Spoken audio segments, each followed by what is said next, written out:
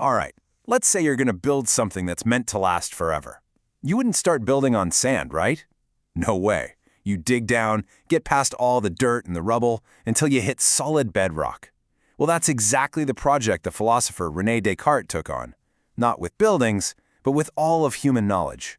He was on a hunt for one single, absolutely unshakable truth, a foundation that he could build everything else on.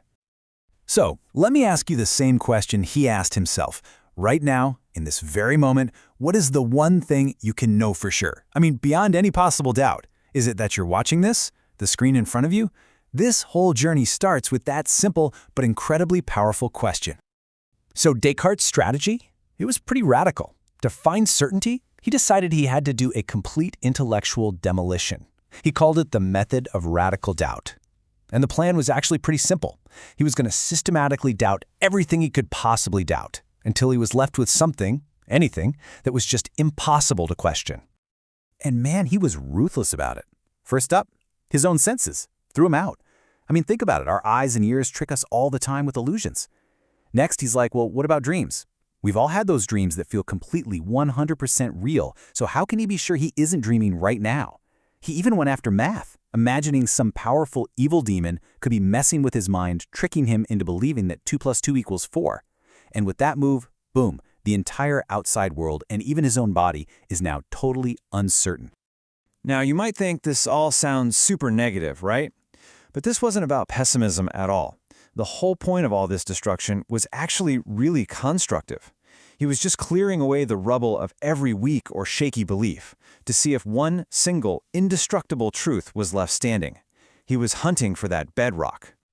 And it's right there, in the middle of this hurricane of doubt. After he's torn down everything he thought he knew, something incredible starts to happen. A realization. The very act of doubting starts to show him something important. This is the genius move, really. This is where the problem, the doubt itself, becomes a solution. Think about it. He can doubt his senses, his body, the entire world, but he can't possibly doubt that he is doubting. I mean, even if that evil demon is trying to trick him, he has to exist in order to be tricked. You can't deceive something that isn't there. And from that one insight, the logic just clicks into place. It's super simple, really. Step 1, doubting is a form of thinking. You can't do one without the other. Step 2, a thought can't just float around in nothingness. There has to be a thinker having the thought. So, if thinking is happening, there must be a thinker. It's unavoidable. So this logical chain leads him straight to it, to that first piece of solid, unshakable ground, the very first truth to survive the fire of his radical doubt, and he calls it the Cogito. And in the original Latin, it's probably one of the most famous lines in all of philosophy. Cogito ergo sum. The translation is beautiful in its simplicity. I think, therefore I am. Just let that sink in for a second. I think, therefore I am. This isn't just some clever catchphrase. For Descartes, this is the single most certain piece of knowledge possible in the entire universe. What this means is, the fact that you're even having thoughts is all the proof you need that you exist. You don't have to look outside for evidence. The evidence is the act of thinking itself. It's happening inside you, right now. Okay, but Descartes was a super precise guy. He wasn't going to get sloppy here. So the big question is, what exactly is this I that he's just proven exists? What kind of a thing are we talking about? This is a crucial distinction. So let's be crystal clear about what he's proven and what he hasn't.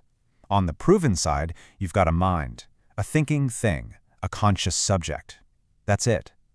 What's not yet proven, a physical body, a person with senses, the entire external world.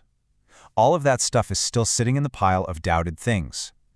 For now, the I that exists is just a thing that thinks. And of course, he had a fancy Latin term for this, res cogitans. It literally means a thinking thing. So at this stage of the game, the only thing he can say for sure is that he exists as a consciousness, a mind. So what's the big deal? Why is this one little truth the bedrock he was looking for? Well, it's because it has this unique, self-validating quality. It's an argument that's just impossible to beat. It's because the argument is it's bulletproof. Any attempt you make to deny it just ends up proving it's true. Seriously, go ahead and try it. Think to yourself, I do not exist. Well, who's doing the thinking?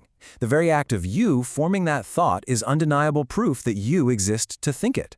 It's this inescapable loop of truth that confirms itself every single time you think it. And this is why the Cogito is such a game changer. It's not the end of the road, it's the absolute beginning. From this one solid point of certainty, I exist, Descartes starts to methodically rebuild all of knowledge. He uses this foundation to argue for the existence of a God who wouldn't deceive him.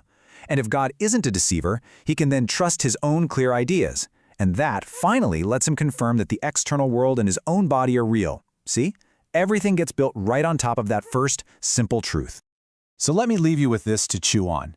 If Descartes is right, and the only thing you can ever be absolutely 100% certain of is the existence of your own thinking mind, what does that make everything else?